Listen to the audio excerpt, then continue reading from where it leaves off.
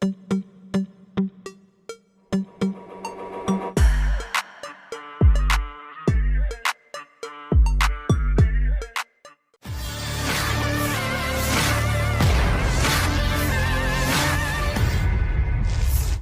video ramai beredar di media sosial X dan menjadi perbincangan hangat warganet pada Sabtu 13 Januari 2024. Dalam rekaman tersebut memperlihatkan sebuah drone yang telah dimodifikasi dan digunakan oleh Brigade Seraya Al-Quds. Diketahui drone tersebut adalah milik pasukan Israel yang sebelumnya berhasil dilumpuhkan dan direbut Brigade Seraya Al-Quds. Tampak pesawat Israel Skylark yang dikendalikan Brigade Al-Quds di jalur Gaza bagian utara.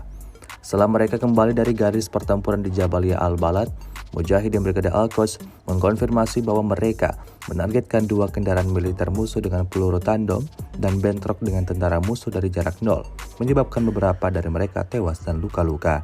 Hingga video ini beredar, beragam komentar dituliskan warganet.